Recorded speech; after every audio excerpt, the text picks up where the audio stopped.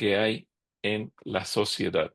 Pero es el medio ambiente espiritual, no tanto el medio ambiente que pudiéramos hablar desde el punto de vista meramente del mundo. Entonces voy a compartir con ustedes la pantalla para que vayamos siguiendo la clase.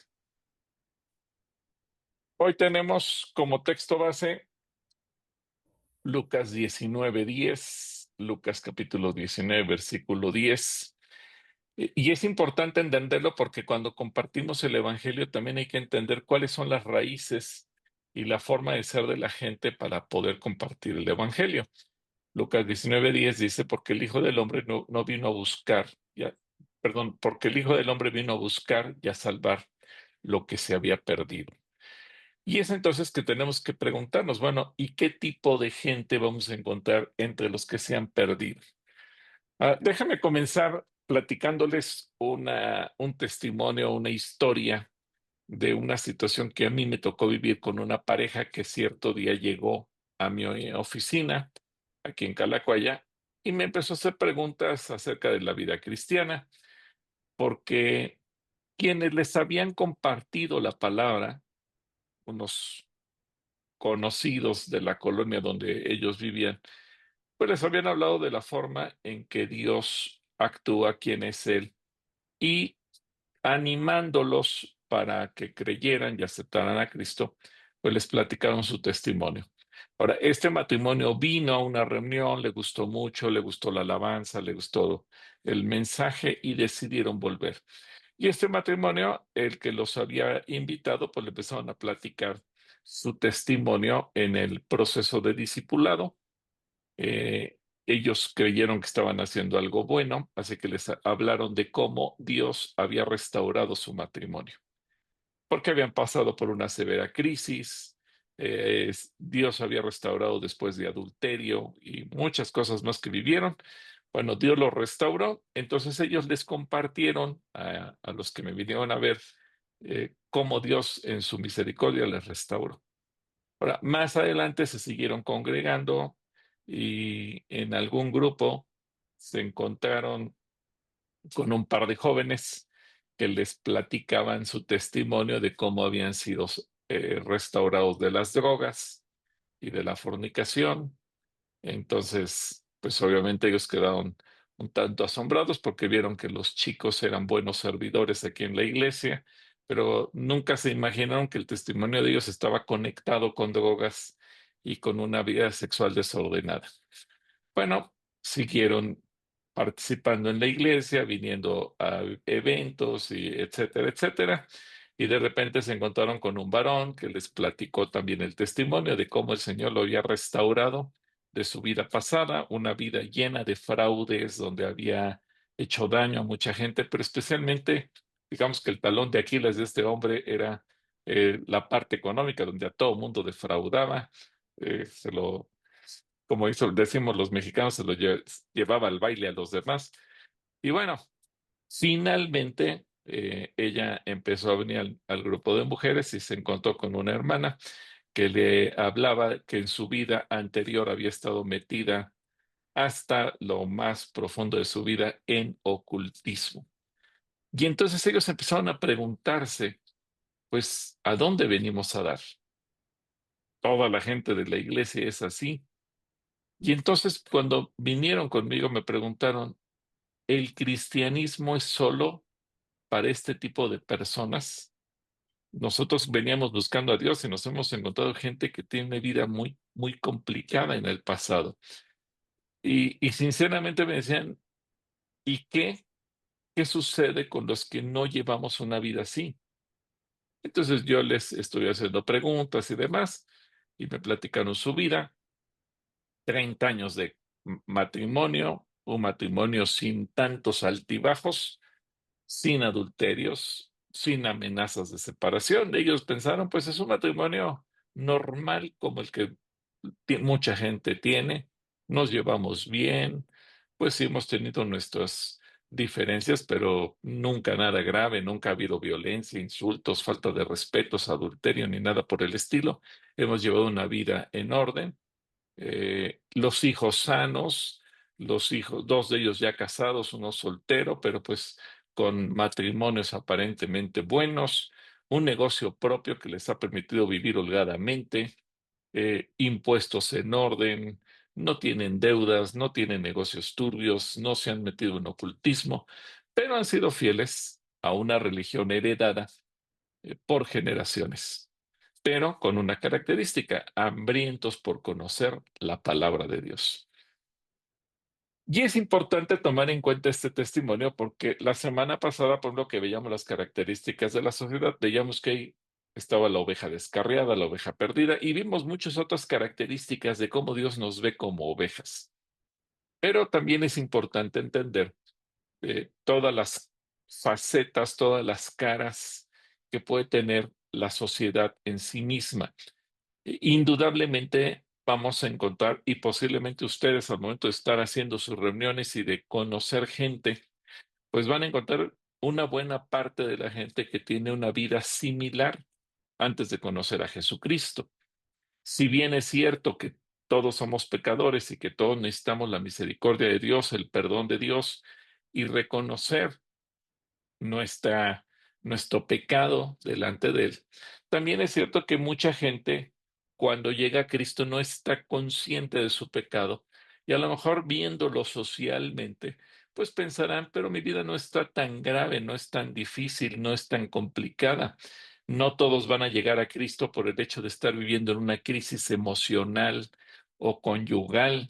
No toda la gente está a punto de divorciarse, no toda la gente está metida en drogas, no toda la gente está metida en ocultismo, no toda la gente está viviendo una vida de derroches y cosas por el estilo. Tal vez como la gente tiene una vida sin tantos altibajos tan bruscos, llega a pensar, pues mi vida o el estilo de vida que tengo es normal, por lo que al hablarles de Cristo, pues ellos pueden pensar, sí, está bien, yo creo en Dios, pero mi vida cristiana se limita a decir, yo creo en Dios, pero yo no creo necesitar hacer cambios en mi vida porque no soy una persona mala. Eso vayan y háblenlo en los manicomios, en las cárceles, en los prostíbulos, donde está la gente mala. Pero yo soy una persona normal, una persona buena, una persona que no le he hecho nada a nadie, no me he metido nunca con nadie, nadie me ha demandado, no tengo enemigos, soy una persona buena. Y mucha gente se considera así. Si ustedes le preguntan a cualquier persona cómo te consideras, pues creo que soy de buen corazón, van a decir la mayoría. Y obviamente no podemos llegar con la espada desenvainada y decirle sí, pero Dios dice que tu corazón es perverso, porque entonces a lo mejor van a poner una barrera. Así que es importante ver desde el punto de vista de la palabra de Dios cómo Él ve a la gente, cómo nos describe el medio ambiente. Y la misma Biblia nos relata la conversión de diferentes tipos de personas que podemos clasificar en dos grandes grupos. Fíjense bien, podemos pensar en el primer grupo, los que buscan a Dios. Podemos incluso ponerlo entre comillas, los que buscan a Dios. Gente que uno pensaría es buena.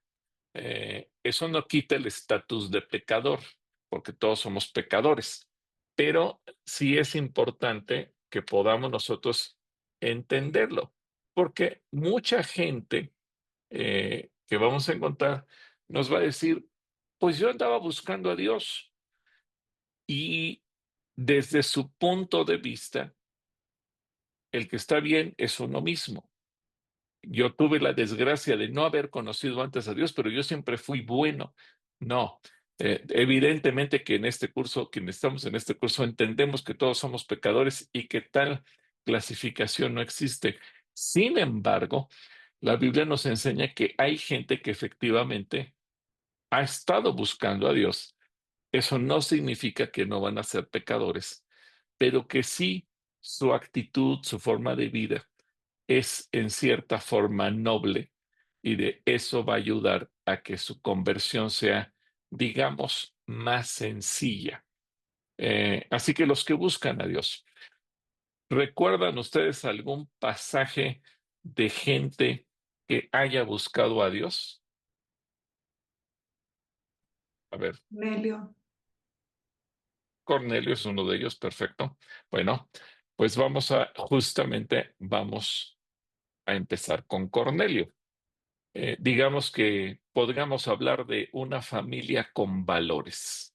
Y aquí comienza con centurión, el centurión Cornelio. Hechos 1, 10, 1 y 2 dice, había en Cesarea un hombre llamado Cornelio, centurión de la compañía llamada la italiana, piadoso y temeroso de Dios, con toda su casa. Por eso hablamos de que era una familia con valores, con toda su casa, es decir, toda la familia estaba buscando a Dios. Eh, y además dice que hacía muchas limosnas al pueblo y oraba a Dios siempre. Ojo, él no era salvo, pero era una persona que tenía un corazón dispuesto a buscar a Dios. Eh, en el capítulo, no, perdón, creo que este versículo no lo incluí. En el capítulo 11, versículo 14, 11, 14, eh, ¿por qué me atrevo a decir que no era salvo? Bueno, cuando Pedro da testimonio, dice que el ángel que se le apareció a Pedro para confirmarle que tenía que irle a predicar a Cornelio, le dio las siguientes palabras. Eh, él te hablará, es decir, Cornelio recibió esta voz de Dios y Pedro después lo confirma. Él te hablará palabras por las cuales serás salvo tú y toda tu casa. Es decir, Cornelio y su familia eran una familia religiosa, vivían de acuerdo a su religión. Eso nos confirma que la religión nos salva. Puede haber gente que uno dice, si fuera cristiana, si esta persona fuera cristiana, sería genial, sería sensacional, sería lo máximo, porque a lo mejor vemos que tiene un buen corazón, es noble, es sencilla, tiene temor de Dios. Y decimos, pero necesita conocer a Cristo Jesús. No, no basta solamente con tener una religión o decir que va a ser salvo por obras, sino que necesita conocer a Dios. Entonces, Hechos 11:14 nos confirma, él necesitaba escuchar la palabra por la cual sería salvo él y toda su casa. ¿Qué significa esto? Que hasta antes de Hechos 11:14, no importa cuántas limosnas, cuántas ofrendas, cuánto temor de Dios tuviera en sus corazones, ninguno de la familia de Cornelio eran salvos, pero era una familia que tenía valores. Muy probablemente ustedes se van a encontrar gente con estas características, gente que si ustedes pudieran clasificar en el plano natural de la sociedad, gente buena, gente que tiene un buen corazón, gente que está dispuesta a escuchar de Dios, gente que actúa de acuerdo al temor de Dios. Que a decir verdad, por ejemplo, los que tomaron conmigo el curso de consejería y terapia conyugal, una pregunta que siempre nos hacemos es, bueno, ¿y en qué momento consideramos que una persona o una pareja, mejor dicho, se casó delante de Dios? Y, y por qué cuando llegan a la iglesia cristiana no tienen que volver a hacer su pacto. ¿Cómo estamos seguros de que ese pacto, aunque haya sido en una religión, es delante de Dios?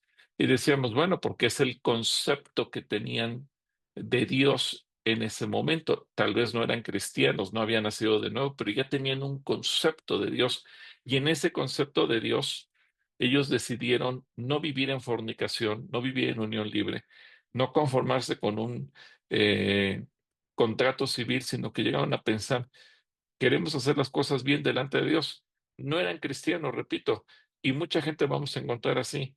Aunque no era cristiana, no había nacido de nuevo, pero en su concepto poquito, mediano, lejano que hayan tenido de Dios, dijeron, queremos hacer las cosas bien delante de Dios. Bueno, Cornelio era de ese tipo de personas, pero eso no significa, repito, que no necesitara la salvación. Él necesitaba ser salvo, como lo dice Hechos 1:14, 11:14. Entonces, tal vez ustedes van a encontrarse gente así, gente buena en el plano humano, pero gente que necesita a Dios.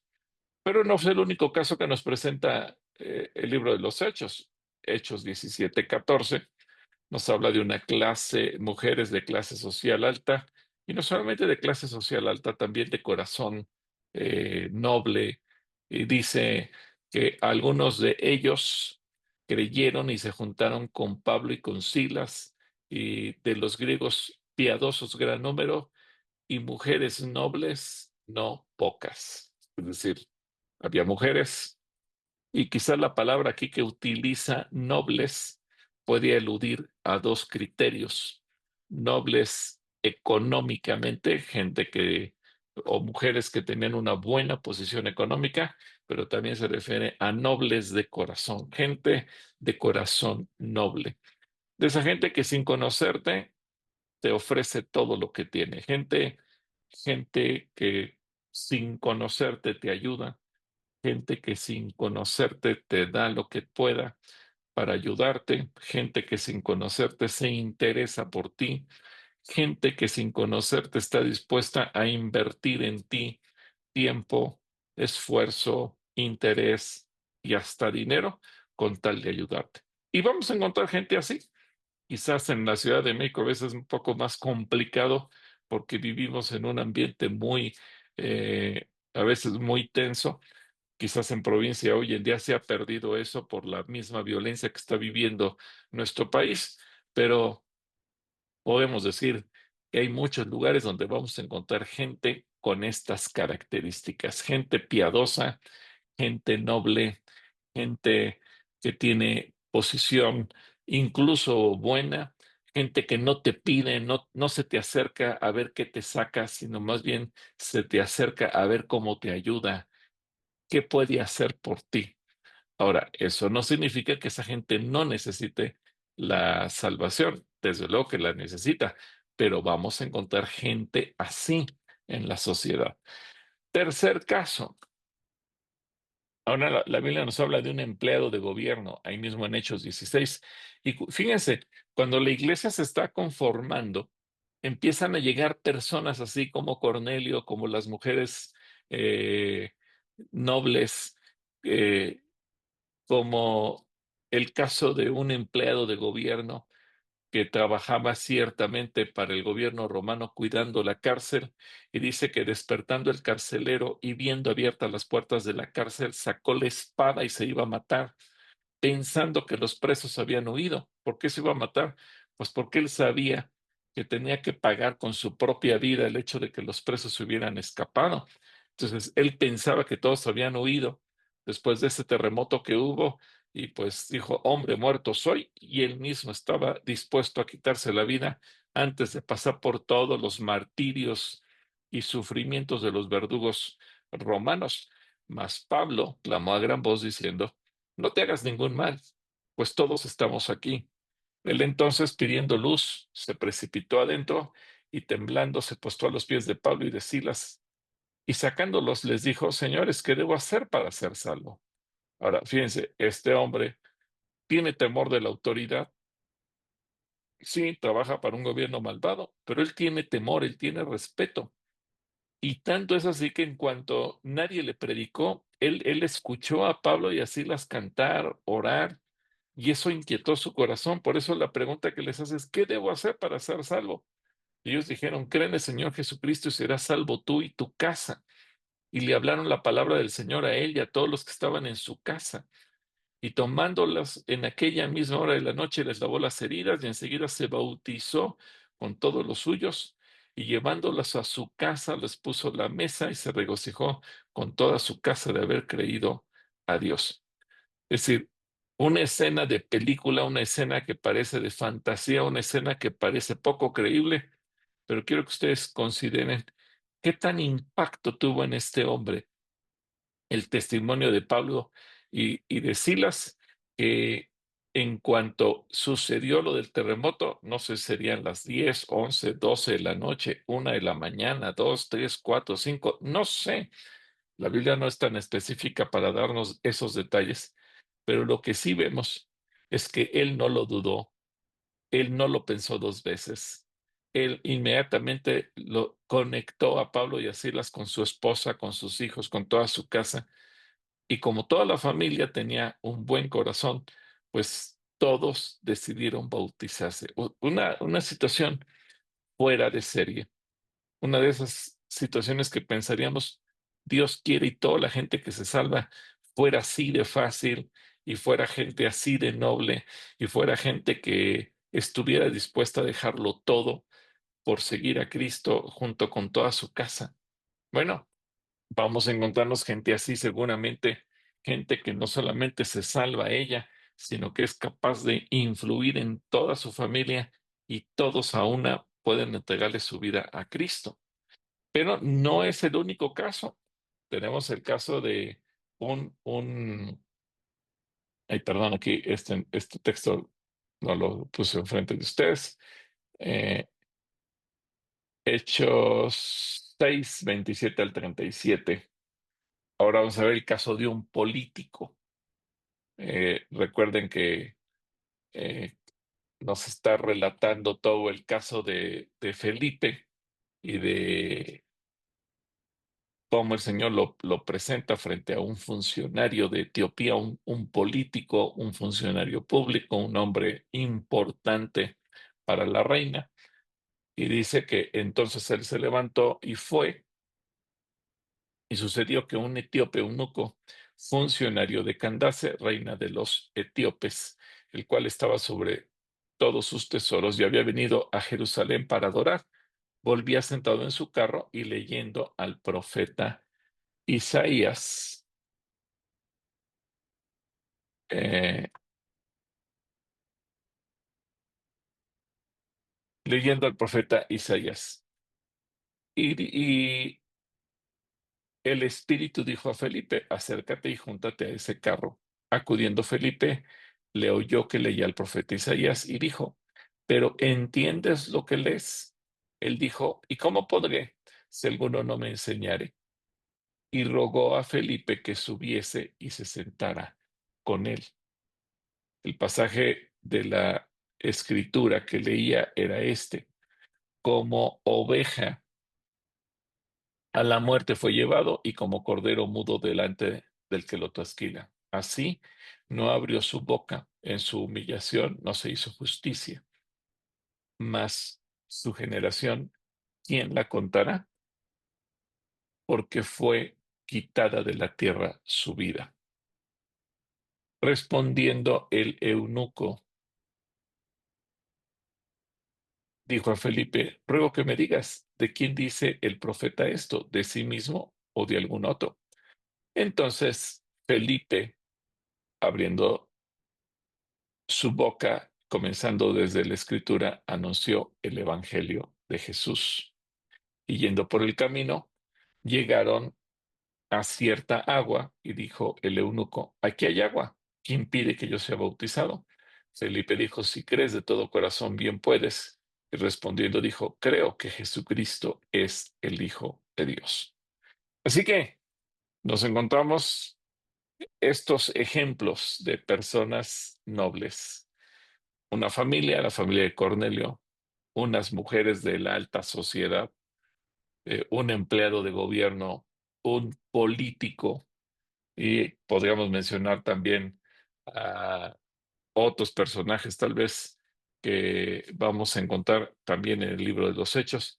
Pero lo que a mí me interesa es que ustedes vean es que mucha gente a la que le vamos a predicar el Evangelio es gente que anda buscando a Dios, que tiene una vida religiosa, que tiene una vida quizás no con los pecados visibles o sociales que suelen verse. Por ejemplo, una persona que anda en drogas, pues todo el mundo se da cuenta que tiene problemas de drogas. Una persona que tiene problemas de orientación sexual, todo el mundo se da cuenta de ello. Una persona que cae en adicciones, una persona que está en adulterio, una persona que roba, que miente. Hay pecados que se notan. Es decir, la gente no tiene que confesarlo, la gente se da cuenta. Los demás se dan cuenta que algo está mal en su vida antes de que lo confiese, todo mundo se da cuenta que hay un pecado. Una señorita que cae en fornicación y se embaraza, no tiene que confesar, su propio cuerpo delata que algo hizo mal. En fin, hay muchas cosas que suceden. Ahora, hay pecados ocultos, hay pecados que nadie ve, hay pecados de los que nadie se entera, hay pecados que se guardan en el corazón y posiblemente la gente que en apariencia es tan buena y que está buscando a Dios, pues seguramente tiene cosas que tienen que ser lavadas, limpiadas, restauradas, sanadas, pecados como el odio, el resentimiento, el rencor, la frustración que a veces se tiene, que se guardan sentimientos contra Dios, contra los padres, contra los hermanos, contra los amigos, la infidelidad a los principios, a los valores, la ambición, etcétera, etcétera. Hay muchas cosas que están guardadas en el corazón, que nadie dice, que nadie habla, que la gente pocas veces se atreve a confesar, pero que allí están y pecados que son tan graves como los pecados que son visibles, porque para Dios el pecado no se clasifica en pecados rosas o buenos o malos. Para Dios el pecado simplemente es pecado. Entonces, es gente que vamos a ver en apariencia buena, en apariencia bien, pero que desgraciadamente no tienen a Cristo Jesús. Y de ahí nos pasamos a un segundo grupo, los que andaban perdidos en todo tipo de pecados. Es decir, la gente que no nos tiene que dar detalle, pero a legua se nota que algo está mal en su vida. Y esta gente, pues obviamente también necesita de Cristo. ¿Por qué? Porque si bien los del primer grupo a lo mejor son más fáciles de convertirse, los del segundo grupo, el error que a veces cometemos la iglesia, los cristianos, es que los desechamos. ¿Por qué? Pues porque a lo mejor es incómodo estar con ellos, es incómodo escucharlos hablar, es incómodo hablarles, es incómodo que te rechacen, es incómodo que te den la espalda, es incómodo mantener un diálogo con ellos. Eh, y les pongo el ejemplo, eh, los policías, por ejemplo, eh, algo que la iglesia busca continuamente es traer a gente que no es cristiana al templo, a las instalaciones, a que escuchen una predicación, una enseñanza. Por eso en todas las reuniones los damos la bienvenida a la gente que viene por vez primera. Y quizás ahí mentalmente la iglesia estamos acostumbrados que todo aquel que llega por vez primera le aplaudimos, lo felicitamos, le saludamos. Y no sabemos, esa persona viene de una fiesta donde se drogó, donde adulteró. No sabemos ni le preguntamos. No sabemos si acaba de robar en el camión a una señora, si es... no sabemos nada de él, pero nos da gusto que haya venido y le saludamos y lo bendecimos y decimos bienvenido y bueno, pero por ejemplo, cuando los policías de Atizapán llegamos a un acuerdo con el gobierno municipal que van a estar viniendo los policías y van a tomar cursos. Yo puse como condición que la primer plática la íbamos a dar nosotros y usamos técnicas para que se rompa el hielo y poderles hablar de Cristo. Por ejemplo, en alguna ocasión les he puesto como primer contacto con ellos un clip que dura 3 minutos de un discurso que da Cantinflas en la película del Patrullero 777 para que se rían y después les pregunto, ¿qué dicen ustedes que son? ¿Es cierto lo que dice Cantinflas de ustedes? Y se va rompiendo el hielo hasta que poco a poco vamos metiendo el mensaje. Y luego les pregunto, bueno, uso la técnica de Jesús. Y para ustedes, nosotros, ¿quiénes somos? Cuando nos ven, cuando han pasado por afuera de este edificio, sobre Camino Real, eh, y ven esto, ¿ustedes qué piensan de nosotros? No, pues a mí me han dicho que ustedes son un club, que son gente muy rara. Dejo que hablen todo. ¿Por qué? Pues porque el presidente municipal los mandó para acá, pero a veces ellos no saben para qué. Pero ¿Cuál es la reacción a veces de los cristianos? Que a veces la gente de la iglesia dice, pero es que esa gente va a venir a contaminar Calacuaya y va a venir a contaminar las instalaciones y traen espíritus y no es bueno. Pero a ver, ¿no se supone que la iglesia vino a sanar a los perdidos? ¿No se supone que somos nosotros los encargados de llevar el mensaje? ¿No dijo Jesús que él no vino a buscar a sanos, sino a enfermos? Él vino a buscar y a salvar lo que se había perdido. Y si nosotros somos el cuerpo de Cristo, pues ahora la responsabilidad es nuestra.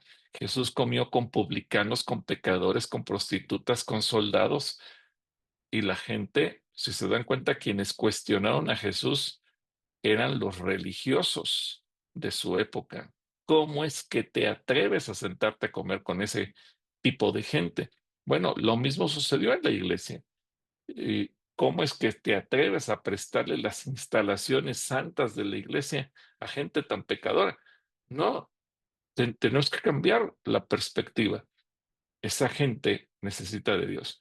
Y así como lo ideal para la mayoría sería que todos los a los que les predicamos sean del primer grupo, los que andan buscando de Dios, la realidad es que muchas veces nos va a tocar eh, atender o predicarle a los peorcitos. Y créanme, en mi oración es, Señor, permítenos alcanzar a los grupos delincuenciales, a los secuestradores, a los adivinos, a los narcotraficantes, porque esa gente necesita conocer a Dios. Y a veces cuando estamos haciendo ese tipo de oración en grupos, me dicen, oye, pero le estás pidiendo a Dios cosas muy difíciles. ¿Por qué? O sea, al final de cuentas, esa gente necesita de Dios.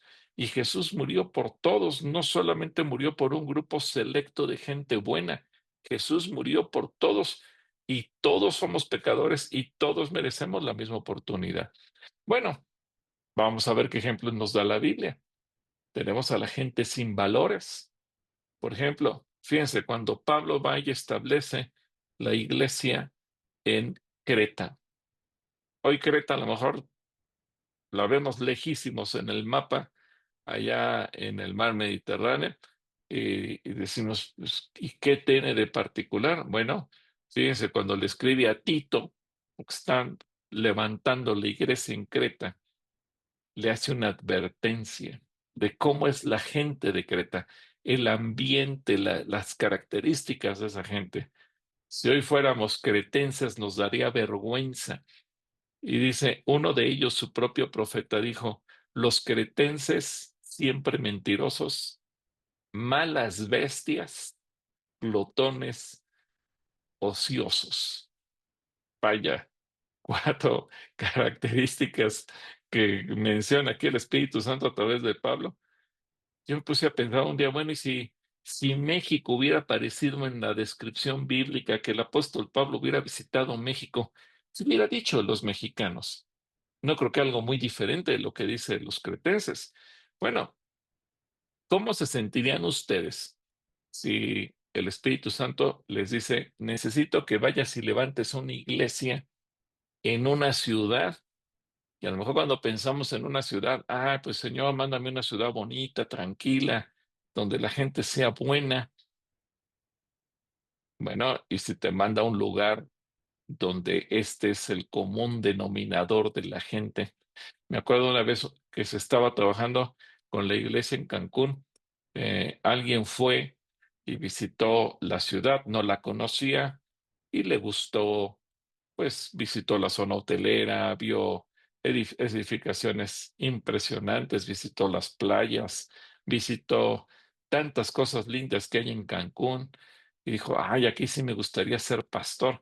Sí, pero cuando se enteró que un porcentaje importante de la gente en Cancún tiene una vida desordenada, que el adulterio oscila en porcentajes altísimos, la inestabilidad, el uso de drogas, eh, las mafias que se dan incluso entre las grandes empresas, en los hoteles tan bonitos que se ven por fuera, pero que los trabajadores viven a veces dentro de mafias ahí mismo, etcétera, etcétera. Dice, caray, no, no, no, no me gustaría ser pastor en un lugar tan complicado.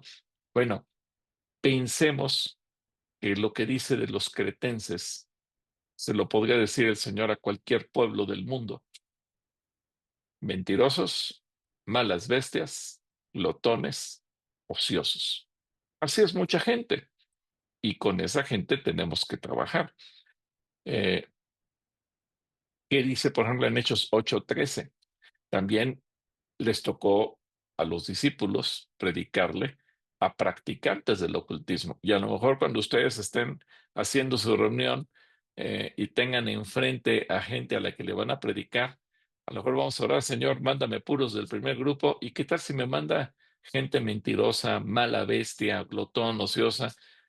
O como dice Hechos 8:13, fíjense, también creyó Simón mismo, y habiéndose bautizado estaba siempre con Felipe, viendo las señales y grandes milagros que se hacían, estaba atónito. Pero recordemos que Simón era un mago, un hombre entregado al ocultismo, un hombre que practicaba la magia, y seguramente practicaba magia negra y practicaba todo tipo de rituales con los cuales la gente pretende mover lo sobrenatural a su favor. ¿Qué pasa si nos toca predicarle a gente así? Gente que se ha metido en los poderes sobrenaturales, pero del lado del ocultismo. Y no podemos desechar, porque esa gente también es digna de ser redimida por la sangre del Cordero. Ahora, estos primeros dos grupos, los mentirosos, los glotones, los ociosos y toda esa gente mala, y los practicantes del ocultismo, bueno, a lo mejor se quedan chiquitos cuando llegamos a un tercer grupo, los enemigos de la iglesia. Eh, y cayendo en tierra, oyó una voz que le decía: Saulo, Saulo, ¿por qué me persigues? Él le dijo: ¿quién eres, Señor? Y le dijo: yo soy Jesús a quien tú persigues. Dura cosa te es dar cosas contra el aguijón. Él, temblando y temeroso, dijo: Señor, ¿qué quieres que yo haga? Y el Señor le dijo: levántate y entra en la ciudad y se te dirá lo que debes hacer. Ahora, no tengo que repasar toda la historia de Saulo, pero ustedes recuerdan que era un hombre perseguidor que buscaba asesinar, meter a la cárcel cuando menos a los cristianos, que buscaba tener el poder, y cuando se le pedía su aprobación o su voto de aprobación, él apoyaba la idea de asesinar cristianos y quería tener más poder. Ahora, de lo anterior, entendemos que para el Espíritu Santo lo mismo es redarguir al pecador más empedernido que al religioso, o que a la persona que es moral y socialmente lleva una vida aceptable, plausible, admirable, porque es una persona justa, recta, pero que no ha nacido de nuevo. Miren, si ustedes alguna vez han ido a un panteón, y sobre todo esos panteones antiguos como el español, el francés, ya los panteones modernos, ya todas las placas prácticamente son iguales. Pero en los panteones antiguos de pueblo, o los panteones como hay en algunos sectores todavía aquí en la Ciudad de México, se dan cuenta que hay epitafios hacia las personas, ¿verdad? Aquí yace fulano de tal, excelente padre, esposo, amigo, hijo, hermano, nunca te olvidaremos. Y la gente suele poner muchas cosas en torno a la persona que murió. Eso me hace recordar un chiste de una persona que muere y va al cielo. Y cuando llega al cielo, lo recibe San Pedro, y San Pedro le dice: bueno, yo necesito ver qué méritos tienes tú para poder entrar al cielo y que yo te deje pasar la eternidad al lado de nuestro Señor. Y él dice: no, no, pues yo tengo todos los méritos, tú investígame y vas a ver que yo merezco venir al cielo. Porque mucha gente cree que vamos a entrar al cielo por las buenas obras que hacemos. Y entonces Pedro le dice: bueno, muy bien, te voy a hacer una serie de preguntas y vas a ir juntando puntos. Tú necesitas 1000 puntos para entrar al cielo. Y él dice: pues yo creo que tengo los puntos suficientes para poder entrar al cielo.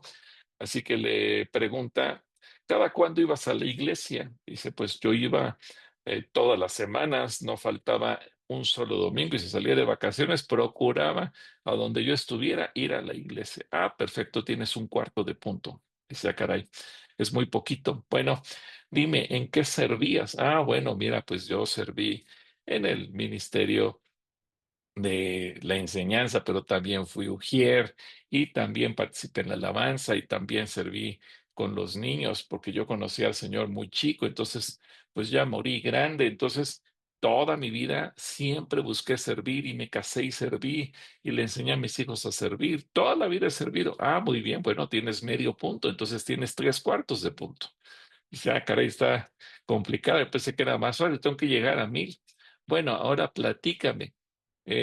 ¿Tú ayudabas a la gente que tenía necesidad? Oh, sí, dice, yo siempre, aparte del diezmo, aportaba un 5% de mi salario para ofrendar a los pobres.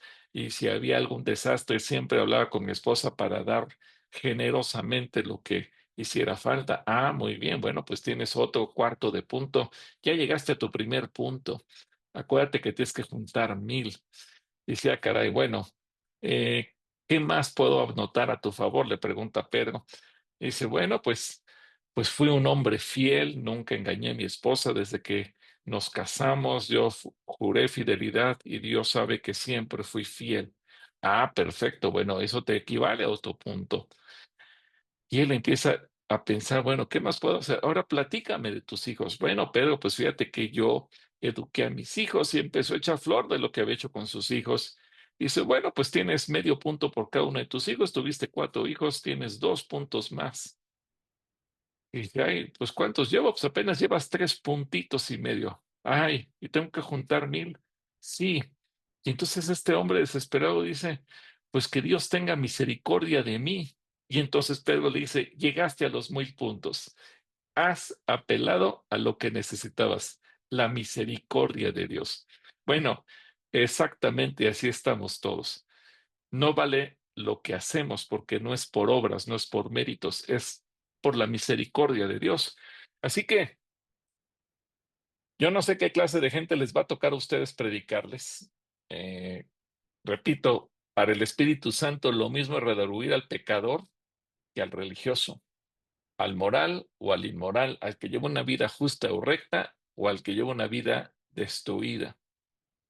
Pero todos necesitamos nacer de nuevo. Así que vamos a ver lo que, de acuerdo a lo que dice la Biblia, las diferentes formas en que vamos a encontrar a la gente al compartirle y de esa manera pues vamos a poder diseñar estrategias para orar, para interceder y que el Espíritu Santo ponga en nosotros las palabras adecuadas para cada tipo de persona. Así que vamos a ver eh, las raíces que la gente tiene. ¿Cuáles son esas raíces? Bueno, en Mateo capítulo 25, versículo 35 y 36, Jesús nos habla de cómo es la gente y dice que curiosamente, recuerden este pasaje, nos está hablando a la iglesia y dice que el día del juicio él va a separar a las ovejas de a los cabritos y pondrá a la derecha a las ovejas y a la izquierda a los cabritos y habrá un diferencial en ese juicio. Y Jesús dice, porque tuve hambre y me diste de comer, tuve sed y me diste de beber, fui forastero y me recogiste, estuve desnudo y me cubriste, enfermo y me visitaste, y en la cárcel y viniste a mí. Ahora, Jesús se pone como cualquier persona de la sociedad, como cualquier persona, porque cuando la gente le pregunta, ¿cuándo te vimos en esas condiciones? Él dice, de cierto les digo que por cuanto lo hicieron por uno de estos más pequeños, lo hicieron por mí. Bueno, una persona que no es cristiana, independientemente de su condición social o económica, tiene una o más de estas características en su corazón. Y esas influyen en su comportamiento, influyen en sus actitudes, influyen en sus tendencias, influyen en su manera de vivir. Y esto nos habla de cómo está su corazón. Ahora, Jesús alude a decir que cuando nos interesamos en ayudar a una de esas personas, lo ayudamos a él. ¿Por qué? Porque esa gente que vemos en condiciones tan deplorables, la trabajamos con ella de tal manera que la convertimos en el cuerpo de Cristo.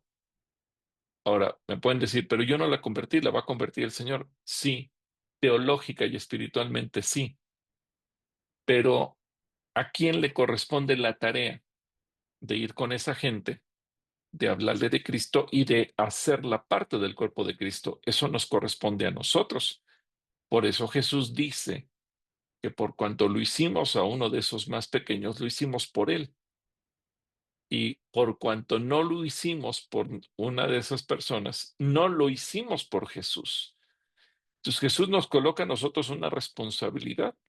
El mundo está lleno de gente hambrienta, sedienta, forastera, desnuda, enferma y en la cárcel. Pero ¿y qué está haciendo la iglesia por esa gente?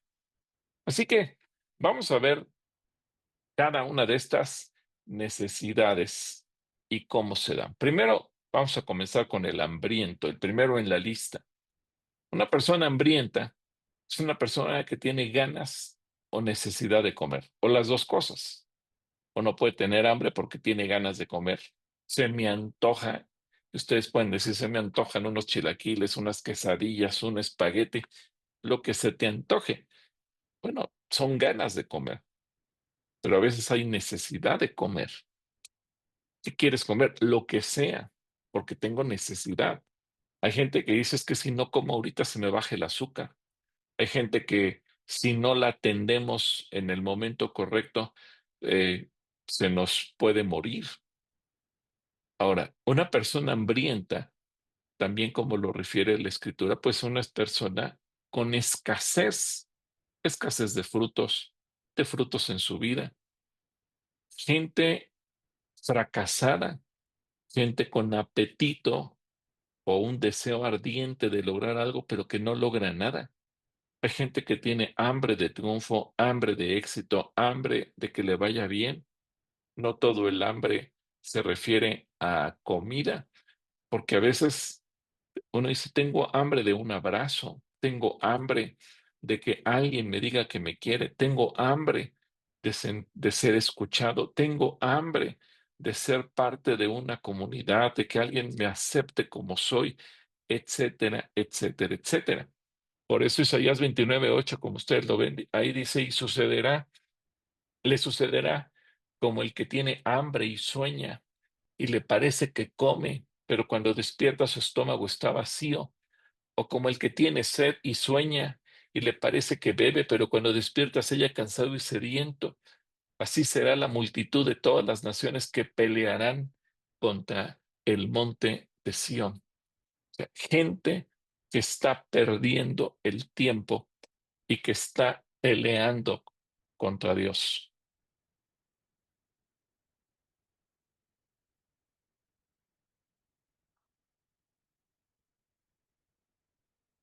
Entonces, este es el punto que ahorita tenemos que tomar en cuenta, el hambre. La gente viene hambrienta, hambrienta en todos los sentidos. Una persona que tiene hambre es que nunca ha sido instruida en las cosas de Dios por diferentes causas. Lo mismo porque creció en una religión. A lo mejor porque no se siente satisfecha espiritualmente, por eso anda buscando desesperadamente. Una persona que cae en ocultismo suele ser que tiene hambre de conocer a Dios o porque ha probado de todo en la vida, a ver, intento por aquí, intento por allá. Hay gente que dice, pues ya me metí con los Krishnas, ya viajé a la India, ya intenté aprender filosofía y cada vez me siento más vacío y más confundido. Esa gente tiene hambre. En la mayoría de los casos, la característica esencial es la ignorancia espiritual y esa gente se refugia en filosofías, en las artes, en cuestiones relacionadas con el humanismo, buscando algo que les satisfaga. Hay gente que dice, pues como no conozco a Dios o yo creo que Dios lo puedo hacer a mi manera, dice, pues voy a ayudar a la gente pobre y me voy a ir a vivir a la sierra donde vive la gente más pobre, me voy a ir a vivir a donde están los más pobres en África para ver qué hago. Y la gente quiere y cree que en ello está Dios, pero como dice el apóstol Pablo, puedo dar mi vida misma para ser repartida entre los pobres y no servirá de nada. Y la gente se puede probar de todo y cada vez se siente más vacía. Y en apariencia, muchas cosas que pudieran parecer buenas o ser buenas cuando Cristo las inspira, cuando lo hacemos para sustituir a Cristo o en lugar de Cristo porque no conocemos a Cristo, entonces la gente cada vez se siente más y más y más vacía. Por eso, también tenemos que recordar lo que dice Proverbios, ay, sí, a ver, aquí en Proverbios 27:7, que dice, el hombre saciado desprecia el panal de miel, pero al hambriento todo lo amargo es dulce. El que tiene hambre cree que está bien, no importa lo que haga. Cree que está bien, no importa en dónde se encuentre. Y eso es lo que desea. Ahora, de ahí nos pasamos a un segundo grupo, el sediento, el sediento, el que tiene ganas de beber. Bueno, ya leímos algo de eso en Isaías, el pasaje que leímos hace un momento. El que tiene necesidad de agua, de humedad. Por eso la gente se deshidrata, porque tiene necesidad de beber. Y claro, eso no puede decir quién me diera a beber un vaso de agua como lo hizo David, o puede ser que tenemos tanta necesidad que decimos, ¿de dónde puedo sacar aunque sea una gota de agua porque tengo la boca seca? Es el deseo, el de tener sed, también es el deseo ardiente de algo, como alguien que dice, tengo sed de que se me haga justicia. La condición del sediento es muy semejante, la diferencia es que el hambriento busca a lo mejor más conocimientos, pero o satisfacer el hambre haciendo cosas, pero el sediento busca experiencias, por lo que el peligro del sediento estriba en caer en experiencias espirituales místicas, meterse de lleno en el ocultismo, cosas equivocadas que sin excepción desembocan en una forma de ocultismo. A lo mejor el que tiene hambre, pues quiere probar qué dicen los testigos de Jehová, qué dicen los mormones, qué dicen los krishnas, qué dice el control mental, qué dice esto, qué dice aquello. Y hay gente que dice, he probado de todo y nada me satisface. Bueno, el sediento dice, pues yo quiero ver si voy a encontrar al Espíritu Santo en medio de una sesión de espiritualismo o me voy a encontrar al Espíritu Santo en una reunión donde se consulta las cartas o cualquier otra cosa, y la gente va desembocando en el ocultismo porque tiene sed. Esa gente que fácilmente cae en sectas, en grupos extraños, porque creen en lo que sea. Tienen tanta sed que lo que la gente les diga, eso lo creen. Y tanto el hambriento como el sediento pueden compararse a la semilla que cae junto al camino como uno de los riesgos cuando se les comparte, como dice en Mateo 13:19, cuando alguno oye la palabra del reino y no le entiende, viene el malo, arrebata lo que fue sembrado en su corazón. Es decir, los que están sedientos están en esa condición, tienen necesidad, pero el problema es que ellos no saben que lo que necesitan es a Dios. Una persona que tiene hambre a lo mejor dice, me como lo que sea, aunque sea lleno el estómago con palomitas de maíz, con papas fritas, con cacahuates, no me importa qué, pero tengo hambre. Bueno, si tú sabes qué necesita esa persona, bueno, pues vamos a darle fruta y vamos a darle una ensalada y vamos a darle un trozo de carne y vamos a darle tal vez una rebanada de queso, qué sé yo. Ya como nutriólogo, como experto, a lo mejor tú puedes decir, esa persona necesita vitaminas, minerales, proteína y haces una dieta equilibrada. Pero el hambriento o el sediento dice, bueno, no me importa, lo que quiero es comer porque tengo el estómago vacío, me duele el estómago. El que tiene sed, a lo mejor se toma lo que sea, A lo mejor la bebida está muy azucarada, a lo mejor la bebida es amarga, a lo mejor no importa qué esté bebiendo, dice, yo lo que tengo es sed y necesito poner algo húmedo en mi boca. Y a lo mejor tú le ofreces un vaso de agua fría, limpia, purificada, y el que tiene sed dice, no me importa que el agua no esté purificada, lo que tengo es sed, y aunque sea de la llave, voy y la saco y me la tomo. Bueno, esas condiciones vamos a encontrar espiritualmente en la gente. Y encontramos un tercer grupo, el forastero, el que viene de afuera, el que vive o está en el lugar que no le corresponde, un lugar del que no es vecino, donde no ha nacido, donde es ajeno, donde es extraño, como los miles o millones de personas que ahora tienen miedo en Estados Unidos de que pueden ser los próximos que pueda deportar el gobierno de Donald Trump, porque saben que son forasteros, que están ahí, pero que no pertenecen ahí. ¿Y cuánta gente vive de, de una manera equivocada y vive como forastero? En Job 19:15, fíjense cómo Job describe, los moradores de mi casa y mis criadas me tuvieron por extraño, forastero fui yo a sus ojos. Es decir, en el sentido espiritual, no necesariamente el forastero es el que viene de fuera, porque puede haber gente, como dice Job, que dentro de su propia casa se siente como forastero, dentro de su propia casa se siente como un extraño, dentro de su propia casa siente que no encaja. La característica de este tipo de personas es no sentirse amadas y por lo tanto tampoco ama. Por eso una persona puede pensar en el suicidio, porque si ya a quién le importo, mi vida no vale nada para nadie. ¿Por qué me deben de interesar a mí los demás?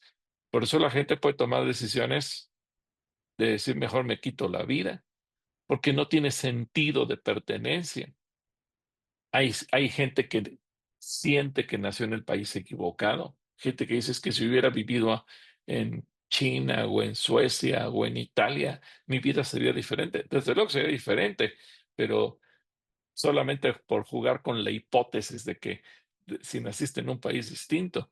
Pero hay gente que no se siente adaptada ni a su familia, ni a sus padres, ni a su medio, ni a su país, ni a su idioma, porque siente que nació en el país equivocado y como acomodé lugar buscan ir a vivir a otro país o casarse con algún extranjero, pensando si me caso con un extranjero o con una extranjera, me va a sacar de este país, me va a llevar a otro lado.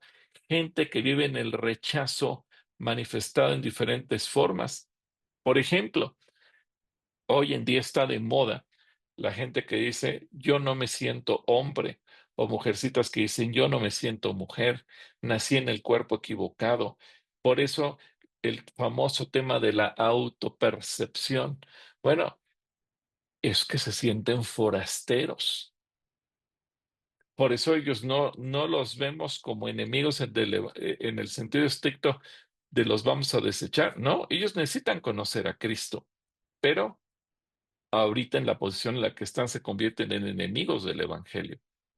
Si vieron el discurso de la obispa de la iglesia anglicana que le dio al señor Tom, diciéndole que tuviera misericordia de ese tipo de gente, pues lo único que nos deja ver es que la iglesia muchas veces ya no sigue patrones bíblicos, sino patrones sociales.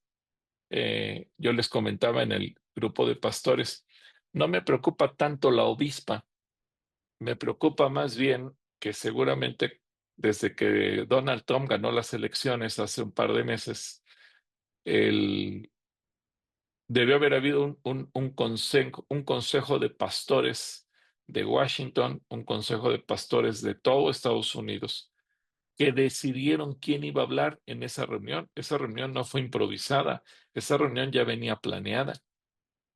Y cuando se hace una reunión de ese tipo, se selecciona al orador principal y se le da un enfoque. ¿Qué quiere decírsele al presidente?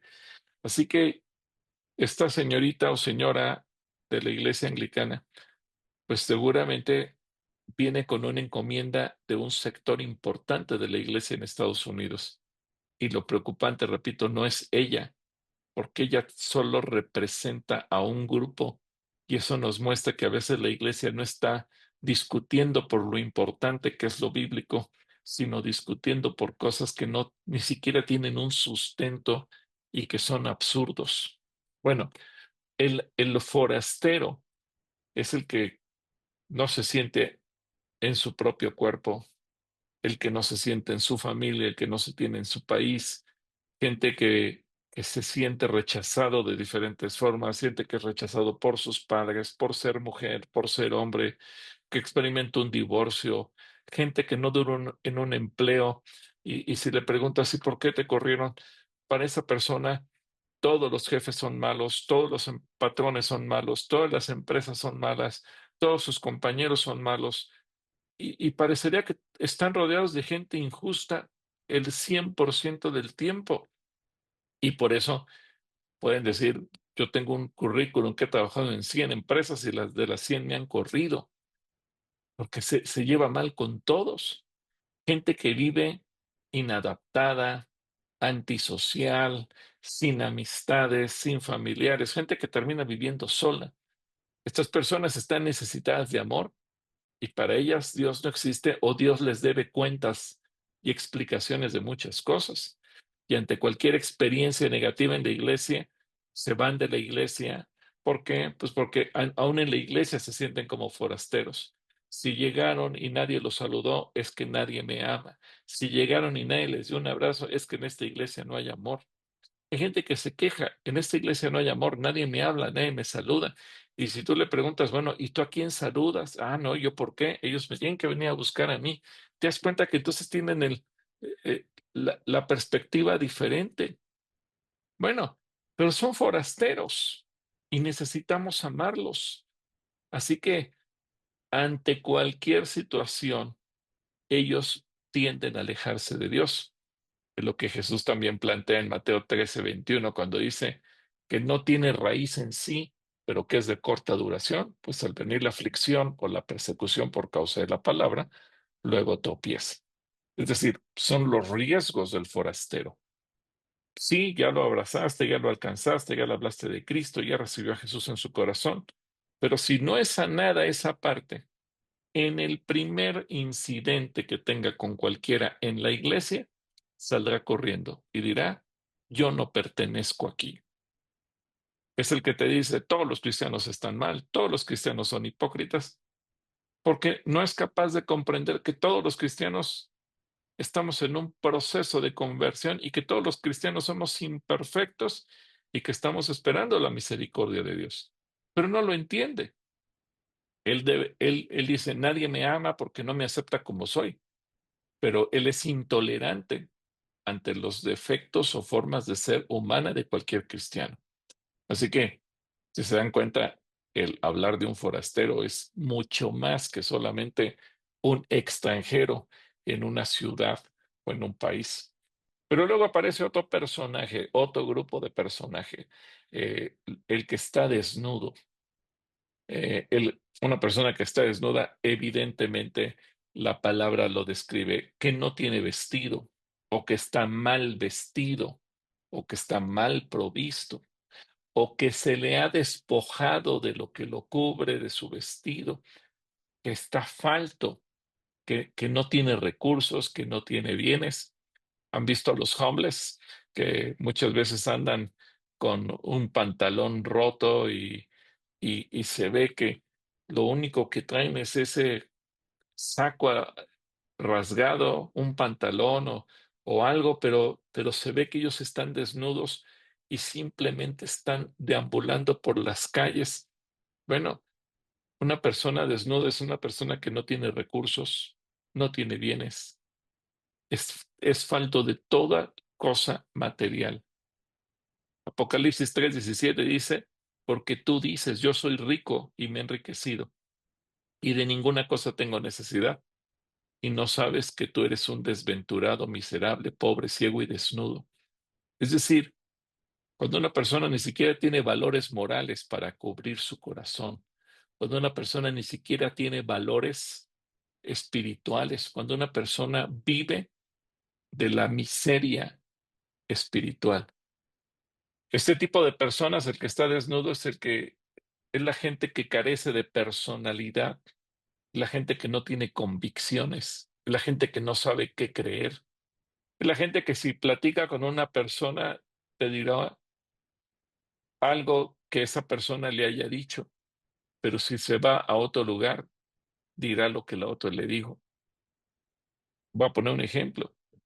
A lo mejor si se sienta con alguien que es partidario de Morena, te dirá, pues sí, yo también apoyo a Morena. Pero si después de ahí va con alguien que es partidario del PRI, bueno, yo también apoyo al PRI. Y si después te vas con alguien, se va con alguien que apoya a Movimiento Ciudadano, pues creo que yo también apoyo al Movimiento Ciudadano. No tiene convicciones, no tiene personalidad, no sabe qué creer. Una persona desnuda generalmente es fácil de persuadir, son manipulables porque no tienen ese vestido de convicciones.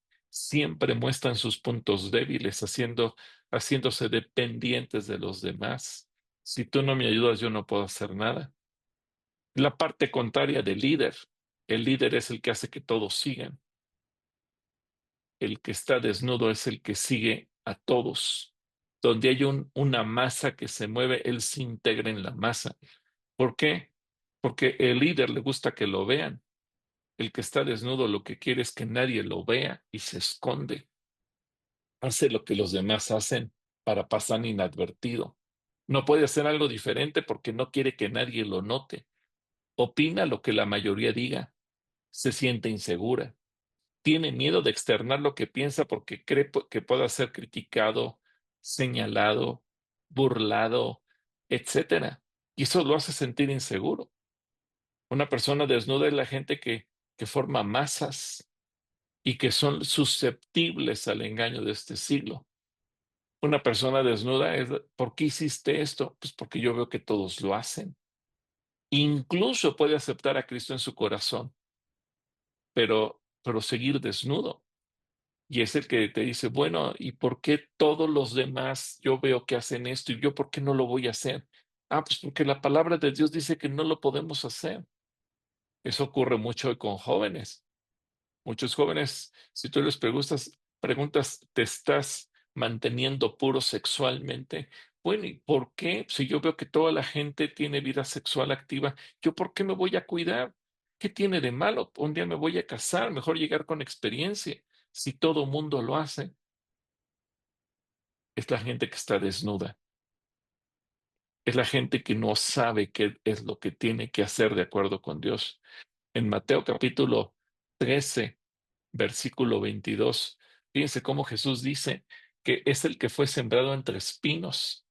Es el que oye la palabra, pero el afán de este siglo, el quedar bien con los demás, el ser aceptado por los demás, el ser asimilado por los demás, el engaño de las riquezas, ahogan la palabra y se hace infructuosa. Es decir, es susceptible de ser engañado. Pero tenemos al enfermo. Eh, Y una persona enferma es una persona que perdió la salud por un contagio, por una enfermedad, por un accidente, por algo hereditario. Las enfermedades pueden tener muchas causas. Una persona enferma es el que perdió la salud. Una persona enferma es aquella que tiene una pasión dañina, una pasión en su corazón que lo consume. Por eso, aunque el alcoholismo es un pecado, la drogadicción es un pecado, una vida sexual desordenada es un pecado.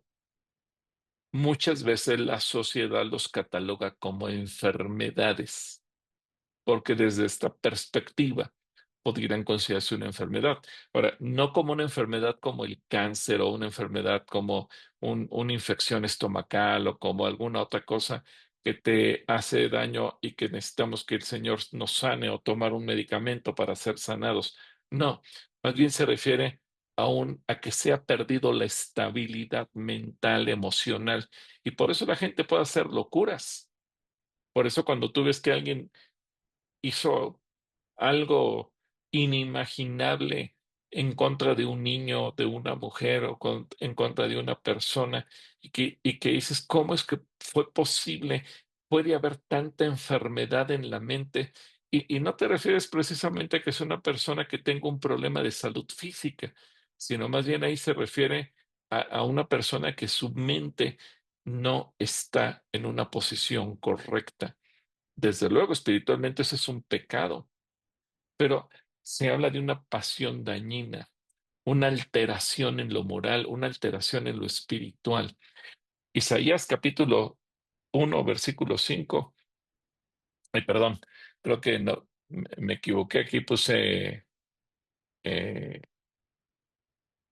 Apocalipsis 1:5, perdón, que dice, tú dices, soy rico y me he enriquecido y de ninguna cosa tengo necesidad, y no sabes que eres un desventurado, miserable, pobre, ciego y desnudo. Déjeme buscar Isaías 1:5, si es que estoy en lo correcto.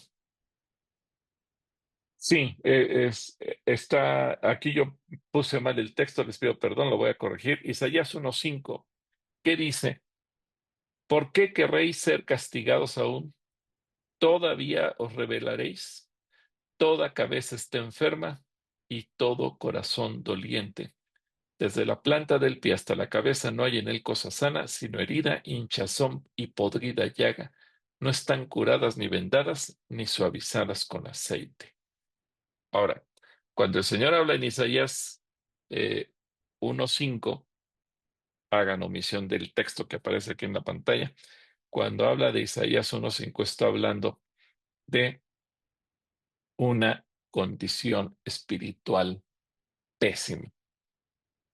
Si una persona enferma, cuando les compartemos el Evangelio, nos vamos a encontrar personas enfermas físicamente, lo cual para nosotros es un excelente recurso para presentar el Evangelio, que vamos a orar por ellos, podemos darles testimonios de cómo Dios nos ha sanado.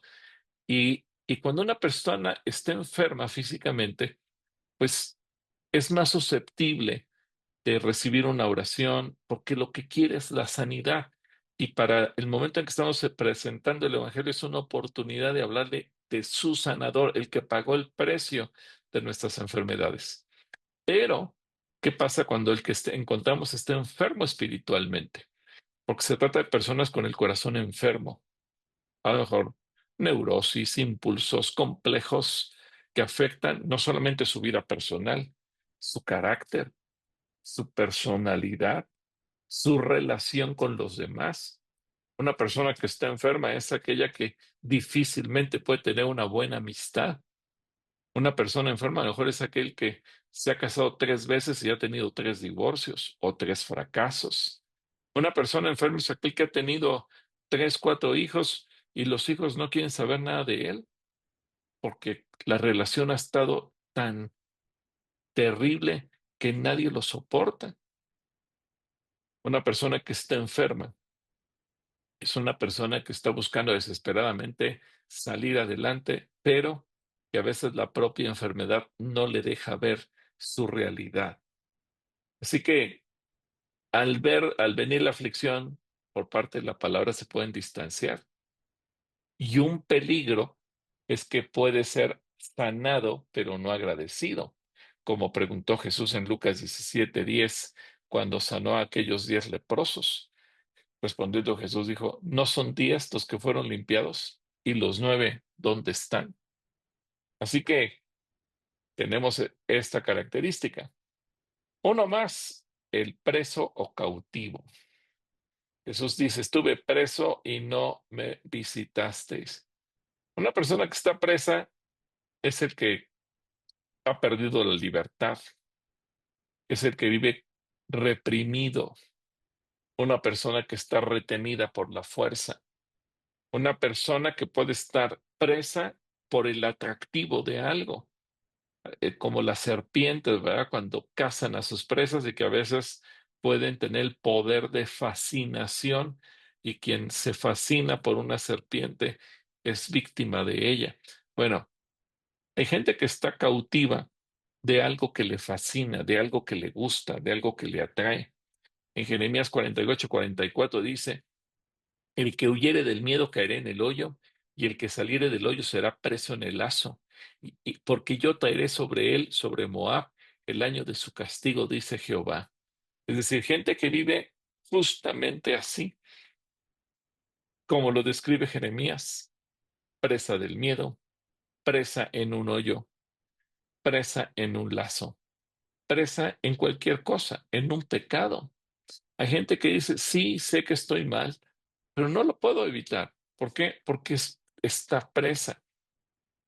El preso es el que vive atrapado en pecados persistentes. El preso es el que vive en vicios. El preso es el que vive en costumbres que le impiden ser libre. Una persona presa puede vivir atada a otras personas. Una persona presa vive atada a ciertas manías, a demonios, a opresiones y a muchas otras cosas que no lo dejan ni pensar, ni hablar, ni actuar con libertad. Un peligro para este tipo de personas es descuidarse y caer en un estado peor. ¿Por qué? Porque cuando les presentamos el Evangelio, puede ocurrir lo que dice aquí, que cuando el espíritu inmundo sale de un hombre, anda por lugares secos, buscando reposo y no lo halla. Entonces dice, volveré a mi casa donde salí. Cuando llega la haya desocupada, barrida y adornada. Entonces va y toma consigo otros 7 espíritus peores que él, y entrados moran ahí, y el postrer estado de aquel hombre viene a ser peor que el primero. Es decir, tenemos que tener cuidado cuando detectamos una persona que está presa. Si se da cuenta, cada característica tiene sus riesgos. El que no entiende y se va, eh, lo que hemos estado leyendo. Pero este en particular, el riesgo es al no ser agradecido, que 7 cosas peores vengan sobre su vida. Por eso cuando nosotros predicamos, es tan importante discernir y decirle, Señor, enséñame qué tipo de persona es con la que estoy tratando para darle el trato que se merece, ayudarlo en el sentido que merece ser ayudado. No verlo desde el punto de vista de que yo me siento superior y lo voy a ver inferior. No, porque esa persona, mi objetivo es traerlo al cuerpo de Cristo, integrarlo al cuerpo de Cristo, pero no lo puedo ver en la condición en la que está. Sí, voy a ver lo que Dios quiere hacer, pero también tengo que estar consciente que hay un proceso de transición entre lo mal que está y lo bien que puede estar y los riesgos que eso implica para poderlo cuidar, para poderlo atender. Es como cuando una persona sale de una cirugía y el médico le dice, ahora bien, las instrucciones postoperatorias, y es importante que te cuides, porque si no te cuides, la cirugía, por bien que haya salido del quirófano, va a ser un fracaso. No sé si han visto alguna vez una persona que, por ejemplo, la operan de la retina y porque tuvo desprendimiento de retina. A veces te le dicen tienes que conseguirte un cojín, dormir inclinado hacia el frente. Va a ser incómodo, sí, pero durante 21 días tienes que dormir en esa posición para que se fije tu retina. No hagas movimientos bruscos, no camines, mantén esa posición y aún dormido para evitar que tú solito te lastimes. Tienes que dormir en una silla inclinado en esa posición. ¿Por qué le dice el médico eso? ¿Por fastidiarle la vida? No, le está dando las indicaciones para que esa persona no solamente haya salido bien del quirófano, sino que posterior a la cirugía sea un éxito.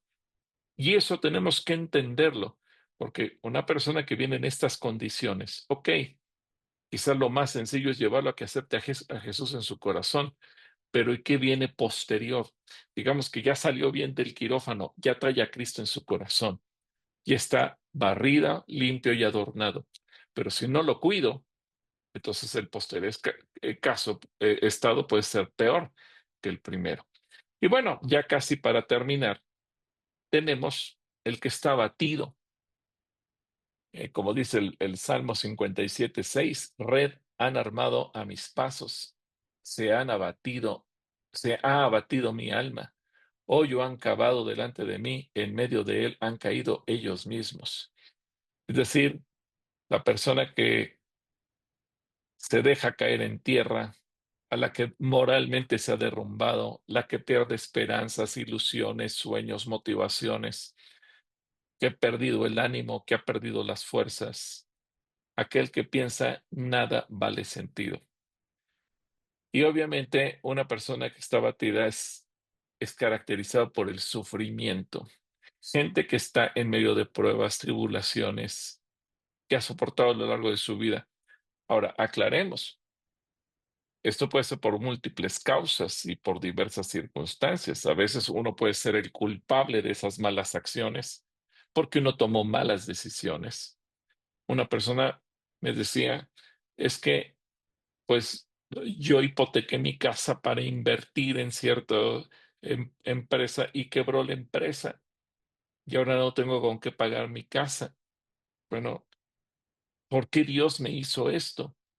Yo le preguntaba, ¿y le consultaste a Dios? No, no, pues yo oré para que las cosas salieran bien. Ok, estoy sufriendo, estoy pasando un mal momento en mi vida, pero eso me lo provoqué yo. Gente que a lo mejor es víctima de enfermedades extrañas y a veces buscamos a quién culpar. Gente que ha perdido seres amados, gente que sufre. Imagínense, ¿quién ha perdido papá, mamá, esposo, esposa, hijos, hermanos? Evidentemente que es una tragedia. Gente que está abatida, gente que está en medio de una crisis, una situación inesperada, víctima de alguna situación que superó su capacidad, sus expectativas, gente que ha vivido tragedias y tantas cosas feas más. Y aunque aparentemente todo ello les hace necesitar a Dios, es común encontrar un corazón endurecido. Gente que dice, si Dios existiera, no me permitiría vivir todo lo que vivo. Eh, en la comunidad judía yo he visto dos tipos de personas. El que, si ustedes le preguntan, ¿crees en Dios? Y te pueden decir, ¿cómo no voy a creer en Dios? Mira, después de lo que ha pasado en mi pueblo, yo sigo con vida. Es porque Dios tiene un propósito para mí y desde luego que creo en Dios. Pero también van a encontrar gente del otro lado que dice, ¿y cómo voy a creer en Dios? Si Dios existiera, no hubiera permitido que mi pueblo pasara todas las cosas que ha pasado. Y entonces reniegan de Dios. Bueno, se entiende al que está abatido, que esa persona necesita misericordia de parte nuestra y el poderle acercar a Dios. Y muy cerca está el que está quebrantado, el que está roto. Una persona quebrantada es aquella que, como dice Salmo 69:20, el escarnio ha quebrantado mi corazón y estoy acongojado. Esperé quien se compadeciese de mí y no lo hubo, y consoladores y ninguno hallé. Una persona quebrantada es la que ha sido separada con violencia, aquel que como el plato que se cae y que se hace pedazos, siente que su vida está hecha pedazos, que ha sido molido, machacado, se, se ha descompuesto todo, causa lástima, sufre malestar de un solo golpe y de repente su vida la ve hecha añicos. Es gente que está con un trabajo continuo, siente que la edad le ha ganado. Es un grupo parecido al abatido, pero este en particular ha sido víctima de la gente y trae un resentimiento contra la gente. Regularmente se trata de personas que han sido bien intencionadas y de los que han sido abusados por los demás. De los que dicen, te di mi mano y te tomaste el pie, te di la confianza y la traicionaste, quise ayudarte y me hiciste daño, te presté dinero pensando que lo necesitabas y me defraudaste. Gente que ha querido hacer bien las cosas, gente que podemos decir tenía un buen corazón, pero los demás se aprovecharon, abusaron de ellos, los quebrantaron y ahora esa gente está resentida contra todo y contra todos. Bueno, Mateo 13:21 también dice, pero si no tiene raíz en sí, sino que es de corta duración, pues al venir la aflicción o la persecución por causa de la palabra, luego tropieza. Tiene el mismo riesgo. Así que estas son características, es el medio ambiente que nos vamos a encontrar. ¿Cómo orar por el medio ambiente? Bueno, pues tenemos que mirar también algunas características. Por ejemplo, Isaías 58:10. Dice, y si dieres tu pan al hambriento y saciares al alma afligida, en las tinieblas nacerá tu luz y tu oscuridad será como el mediodía. Ora para que si Dios te pone frente a gente hambrienta, tú le puedas dar el pan que necesita, no el que quiere. Entonces, a cambiar la palabra pan por el alimento que necesita. No es que si quiere dulces le des dulces, no es que si quiere comer comida chatarra le des comida chatarra. No, Señor, como dice Isaías 58, que yo pueda darle al hambriento el pan que necesita y yo pueda ser un instrumento para saciar su alma con tu palabra. Eso es un buen motivo. Para el sediento, Isaías 21:14, salid a encontrar al sediento, llevadle agua, moradores de la tierra, tema, socorred con pan al que huye. Es decir, ora para que Dios te permita ministrarle con el Espíritu Santo y darle a beber el agua que necesita. Que no sea gente que se te muera de sed, sino que tú puedas bendecir y apoyar. El forastero, Levítico 25:35, y cuando tu hermano empobreciere y se acogiere a ti, tú lo ampararás como forastero y extranjero vivirá contigo. Pídele al Señor que Él te dé la dirección de cómo hacer sentir amado y aceptado. Está en pecado, sí, pero que sepa y esa persona tenga la certeza que tú no lo juzgas por el pecado que ha practicado, que ha vivido, que lo ha tenido como forastero, sino que tú lo amas y lo aceptas. Y cuando esa persona, vamos a decir, el ejemplo, llegó como extranjero a México, se enamoró de México, se sintió también en México, se sintió aceptado por México, que su último trámite que hizo fue, me convierto en mexicano. Y entonces hizo todo el trámite porque quiso ser parte de México. Bueno, el forastero cuando llegue a la iglesia, que se sienta tan amado, tan aceptado, que diga, dejo el pecado, quiero ser cristiano, quiero ser un hijo de Dios, porque ya no se siente forastero.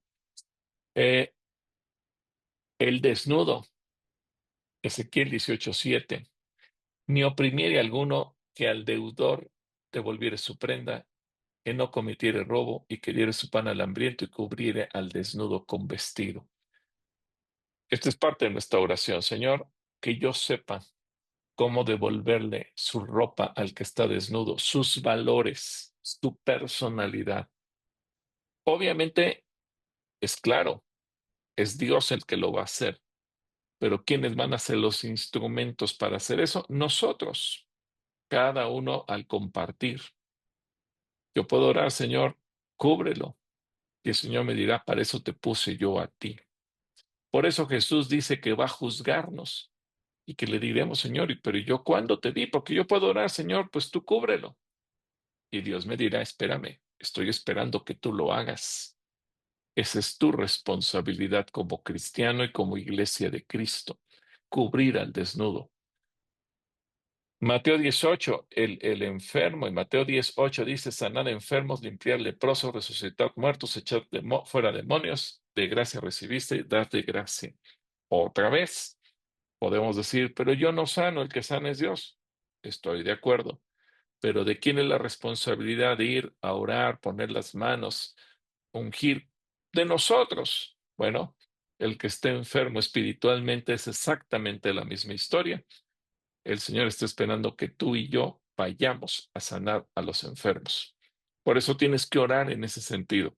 Al que está preso, Isaías 51:14 dice, el preso agobiado será liberado pronto. No morirá en la mazmorra, ni le faltará su pan. Así que, Señor, dame la capacidad de hacer libre al que está preso. Dame las palabras, dame la gracia, dame la sabiduría para hablar palabras al que está preso y que pueda ser libre. El que está abatido, el Salmo 74:21, no vuelva avergonzado el abatido, el afligido y el menesteroso alabarán tu nombre.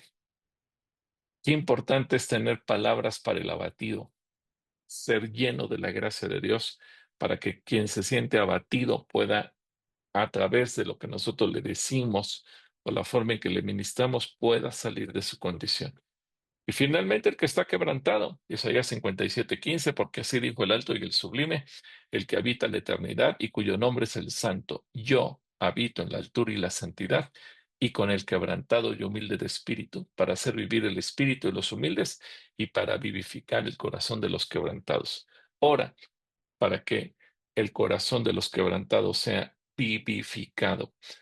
Ahora, ¿quién va a ministrarle a esas personas? Tú, cuando le estés compartiendo.